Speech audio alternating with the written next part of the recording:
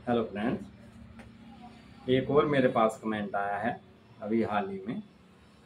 जिनके पशुओं को बहुत ज़्यादा पतला गोबर होता है, यानी वे जिस समय गोबर करते हैं पशु, तो वे इतना पतला गोबर होता है कि वे उनके पूरे पीछे उनकी पूंछ, उनकी घुटने तक सब गोबर में सन जाते हैं। यानी गोबर उनमें पूरी तरह से जहाँ भी करते हैं वे ऐसे जैसे कीचड़ जैसा गोबर करते हैं। उसके लिए बहुत ही उत्तम मेडिसिन मैं आपको आज बताता हूँ। फ्रेंड्स, इसमें आपको जब भी किसी भी पशु को ऐसी शिकायत हो तो उसको आप कोशिश करें कि कम से कम हरा चारा कम से कम खिलाएं, और उसमें आप एक मेडिसिन है होम्योपैथी की, सल्फर 1 एम। सल्फर 1 एम यानी 1 एम का मतलब होता है 1000 पोटेंसी। 1000 पोटेंसी की सल्फर मेडिसिन आप उसको लगातार 20-20 मिनट के अंदर एक सूखी रोटी लें, उसमें आप 10 बूंद डालें और पशु को खिला दें। 20 मिनट बाद फिर दें, 20 मिनट बाद फिर दें। यानी 3 डोज देनी है। 3 डोज देने के बाद में आपको वो दवाई दोबारा से रिपीट नहीं करनी है। फ्रेंड्स, यदि कुछ कमी रह जाती है तो 1 हफ्ते के बाद फिर आप इसी तरह की तरीके से 3 डोज दे सकते हैं। इसमें मैं आपको कुछ देसी फार्मूलेज भी बताऊंगा जो बहुत ही उपयुक्त हैं। इस मेडिसिन के साथ में यदि आप देते हैं तो आपका पशु बहुत ही जल्दी सही से स्टूल करने लगेगा, सही गोबर करने लगेगा, और गोबर में जो पतलापन, बदबू, आंव जैसी आती है बयानी उसकी बिल्कुल बंद हो जाएगी। फ्रेंड्स, आपको करना क्या है, जैसे हमारे यहाँ आजकल बहुत ही ज़्यादा सीजन भी चल रहा है, अनार का फल होता है। अनार का फल आपको ले लेना है, और अनार का फल ऐसा हो जो ना ज़्यादा पक्का हो और ना ज़्यादा कच्चा हो। उस फल को आपको ले लेना है और उसको बारीक पीस लेना है, जैसे चटनी पीस लेते हैं इस टाइप से आप उसको पीस देना है।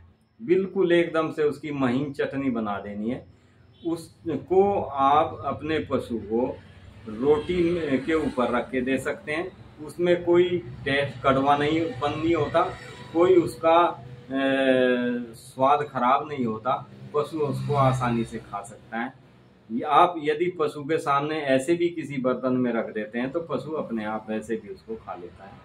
यदि आप रोटी में मिला के दे दें तो और भी अच्छा है, पशु आसानी से ले लेता है। एक छोटा अनार यानी कच्चा अनार हो, और वो मतलब उसके अंदर उसके जो बीज हैं उनमें अभी कलर चेंज ना हुआ हो, यानी लाल जैसे अनार अंदर से निकलता है ऐसा उसका कलर चेंज ना हुआ हो, तब वो आप अनार देना है। फ्रेंड्स, 1 डोज देने मात्र से आपके पशु को आराम होना शुरू हो जाएगा।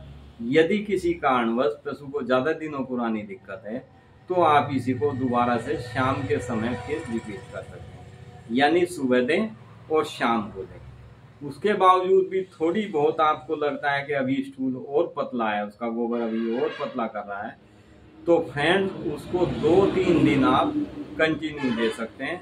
आप देखेंगे आपका पशु जो है एक बंधा मोशन उसको होगा, बार बार, जैसे वो एक तरह से इसको देसी गांव की भाषा में छेरा लगना भी कहते हैं, और वैसे मेडिकल लाइन में लूज मोशन भी कहते हैं इसको। तो फ्रेंड्स, वो उस पशु की दिक्कत हमेशा हमेशा के लिए दूर हो जाती है। कभी भी अगर ऐसी दोबारा से शिकायत हो तो आप इनको फिर से रिपीट कर सकते हैं। आप मेडिसिन होम्योपैथिक की जो मैंने बताई है विशेष, तो वो अपना काम करेगी। वो मेडिसिन है सल्फर। सल्फर मेडिसिन देनी है, वो आप ऐसे पेशेंट को दें। एक और पशु की विशेषता है, पशु यदि बैठा हुआ है और वो यदि पूरे दिन बैठा है तो वो बिल्कुल उसको मोशन नहीं होता, और यदि जरा सा भी वो उठता है या खड़ा होता है, फ्रेंड्स ये आप सिम्टम्स विशेष ध्यान देना।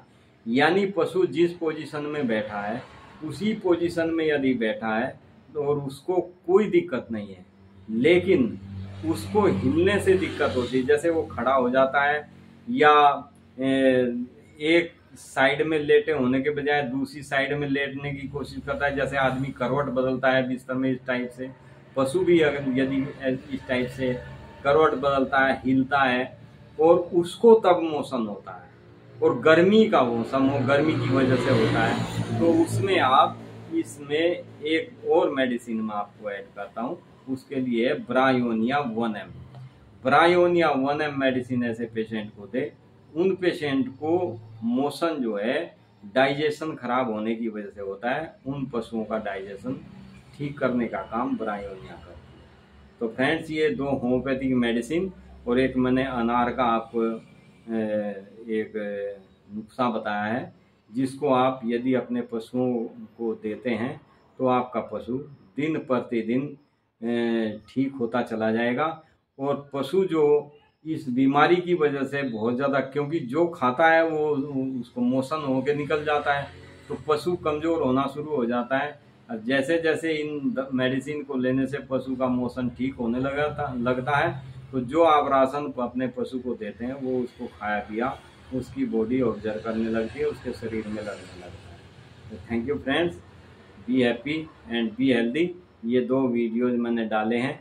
एक वीडियोज के लिए और मेरे पास कमेंट्स आ रखे हैं, पशुओं में होने वाला थनैला रोग, उसके लिए भी मैं आपको समय निकाल के एक बहुत ही अच्छी वीडियो बताऊंगा, जिसको लेने मात्र से पशु बहुत जल्दी ठीक होना शुरू हो जाता है। और 15-20 दिन यदि आप दे देते हैं तो उसका थनैला रोग हमेशा हमेशा के लिए बिल्कुल ठीक हो जाता है। कहीं भी गांठ बन जाती है, थन में गांठ बन जाए या शरीर के किसी भी हिस्से में गांठ बन जाती है, उसको भी वो दवाई बिल्कुल ठीक करती है। उसके लिए मैं आपको बहुत सुंदर मेडिसिन बताऊँ। Thank you friends.